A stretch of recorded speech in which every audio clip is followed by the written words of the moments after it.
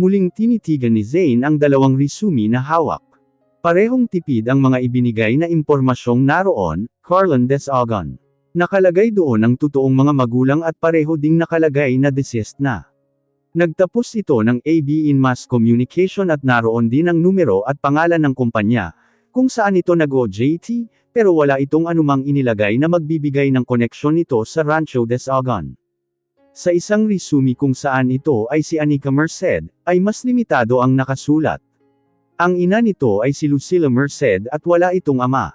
Ang educational attainment nito ay hanggang high school lang, at ang character reference lang nito ay 2 tao, na marahil ay kamag-anak lang din ng ina-inahan. It was a small world. Pilit niyang tinatanggihan si Augusto noon na ipakilala ang kanilang mga anak, dahil walang interes si Jeremy sa isang seryosong relasyon. Ang huling pag-uusap nila ay halos 1 taon na ang nakararaan, at naikwento nito na ang anak ang kasalukuyang sekretarya nito, at gusto nitong ipakilala sa kanya. He would always call his daughter Carlin. Nang minsang tumawag siya sa opisina nito, at wala doon si Augusto ay isang Carlin ang sumagot sa kanya. Naikwento niya dito na personal niyang nakausap ang anak nito, habang wala ito sa opisina. Nag-iisa lang ang Carlin ko, Zane. Don't mistake her for someone else. May balat na pula sa batok ang anak ko, katulad ng Mama Manuela. Naalala niyang wika nito, hindi man niya makikita ang balat ni Anika, ay malaki ang pagkakahawig nito sa Lola Manuela nito, na kaibigang matalik ng kanyang mama. Hindi naman nahirapan si Anika sa trabaho, dahil na-train na siya sa Desagon Agri Corporation pa lang. Halos pareho lang ang job description niya, sa dating ginagawa niya noong sekretarya pa siya ng ama. Ang kaibahan nga lang ngayon, ay madalas personal ang mga tawag kay Jeremy, lalo at mga kilalang modelo ang mga tumatawag. Ngayon niya nakikita kung ano ang ibig sabihin ni Marga, na huwag siyang magpapatukso dito.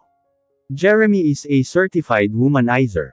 Na hindi naman niya maintindihan, kung bakit kailangan itong pag-agawan. He is polygamous. Paano nagugustuhan ng isang babae ang lalaking hindi mapirmi sa isang kandungan? Jeremy might be the most attractive CEO in the universe, pero ang pagiging babaero nito ang nakakabawas sa personalidad nito. She doesn't find it attractive at all. I want my son to fall in love with you. Hindi niya makakalimutan ang sinabi ng ama ng binata kanina, na gusto niyang umatras kaagad. Pero dahil dito niya nakita ang kaligtasan ng sariling buhay, ay susunod siya sa agos ng gusto ni Zane Villarreal. He promised that he will protect her, she will hold on to that promise. Kung bibiruin ka nga naman ng pagkakataon, inilapit siya ng kapalaran sa gustong ipakasal ng papa niya sa kanya. If only Jeremy was an ideal man. Pero isang malaking hindi. 11:00 ng umaga nang puntahan siya ni Marga sa opisina, at niyaya ng lunch. Nabanggit ng mga kasamahan kung paano ito bilang amo. At kung ilang sekretarya na ang napaalis, dahil sa init ng ulo nito. Tumanggi siya kay Marga, at sinabing 12:00 pa siya pwedeng mag-out. Tumuloy naman ito sa opisina ng ina, na doon din nagtatrabaho. Halos 12:00 naman ng isang makulat na babae, ang pilit gustong kausapin ang boss niya. Sa tuwing may tatawag dito, ay kinukuha niya ang buong pangalan, at isini-search sa Google. Ang Cindy na ito ang nakita niyang nakapulupot sa bewang nito, noong kasal ni Marga bago siya nagpasyang sumama na lang pauwi kay Gabriel. He's still not available at the moment, ma'am, natatawa niyang sabi dahil kanina pa siya paulit-ulit na ganoon ang sinasabi sa mga nakakausap. Kung pwede lang niyang i-record na lang, para makagawa naman siya ng ibang trabaho. Your voice doesn't sound familiar, wika ng babae sa kabilang linya na halatang irritable na. Ngayong araw lang ho ako nagsimula, sagot niya dito. How old are you? Tanong naman nito. 23 po, muli niyang sagot at iniba ang tono, katulad ng pagsasalita nila sa Nueva Ecija.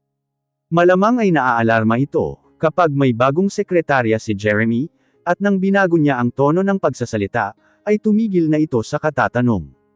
Lihim siyang natawa. What's funny, Anika? Seryosong wika ni Jeremy mula sa likod niya. Kung kanina pa ito nandoon ay hindi niya alam. 10 babae na ang kanina pa tawag ng tawag sa iyo, Sir Jeremy. Pakitawagan na lang ang mga iyan, baka gyerahin ako dito. Inabot niya ang papel dito, at ibinalik ang mga mata sa computer na nasa ibabaw ng mesa. Don't mind them, sagot naman ng binata. Nakausap ko si Marga, at niyaya ka raw ng lunch. Yes. Pero 12:00 pa ang break ko, sagot niya nang hindi tumitingin dito. Umupo ito sa gilid ng mesa niya, na tila wala pang balak umalis. If it's Marga or any member of the family, you can go anytime. Ibilin mo na lang sa ibang sekretarya dito ang pagsagot sa telepono. Okay sir, sagot niya. It's Jeremy? Anika, matigas na wika nito. Isa sa mga ayaw ko ay matigas ang ulo. Napabuntong hininga siya at pilit na tumungo. Nang hindi pa rin ito tumatayo sa kinauupuan, ay tinanong niya ito. May kailangan ka pa? Nagkibit balikat lang ito. I want to see how you work, casual na wika nito. Hindi naman siya mapalagay sa presensya nito, at ang hita nitong halos nasa braso niya na. Kung may kailangan siyang abutin ay magkakabungguan sila. Tulad ngayon na kailangan niya ng marker na nasa likod nito.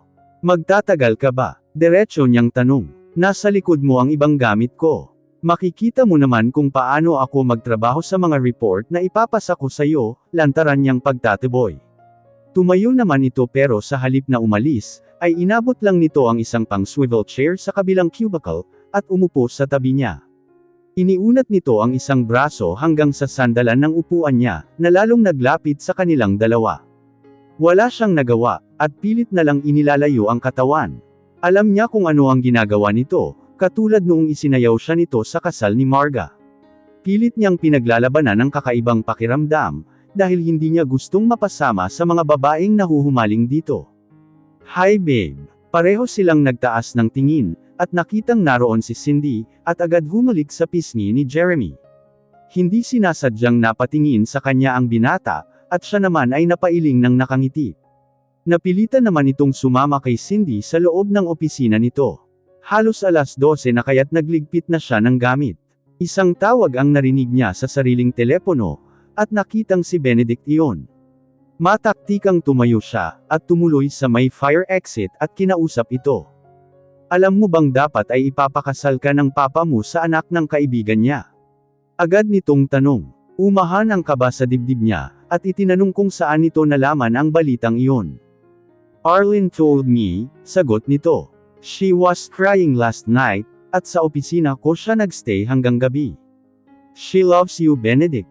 Ikaw ang gusto niyang mapang-asawa, wika niya. Hindi naman ito sumagot, at nanatiling tahimik sa kabilang linya.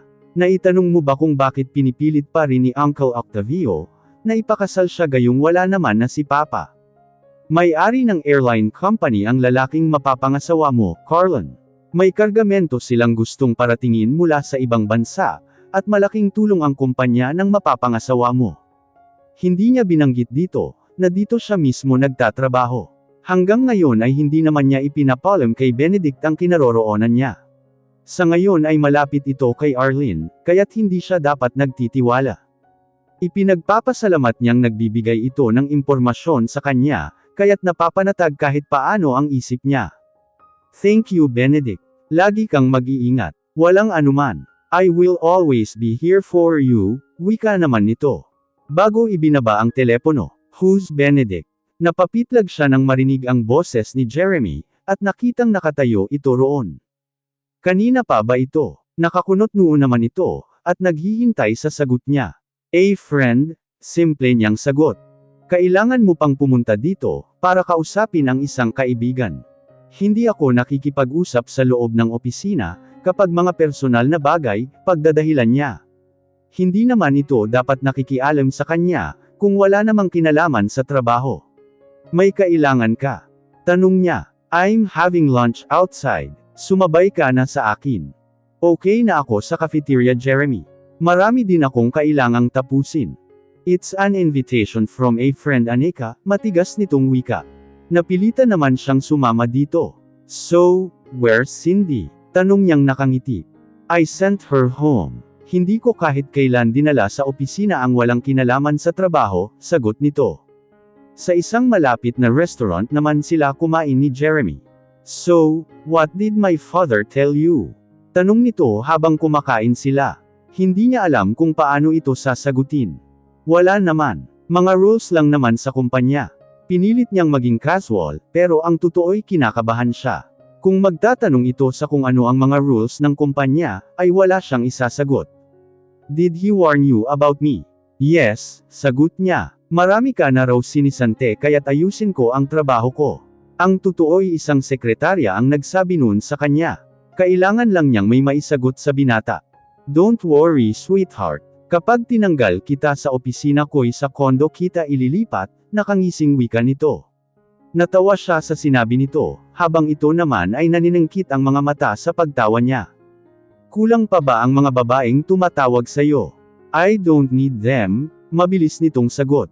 Huwag ako Jeremy, naiiling niyang wika. No offense meant, pero bukod sa ayoko sa babero, hindi rin ako pumapatol sa boss ko.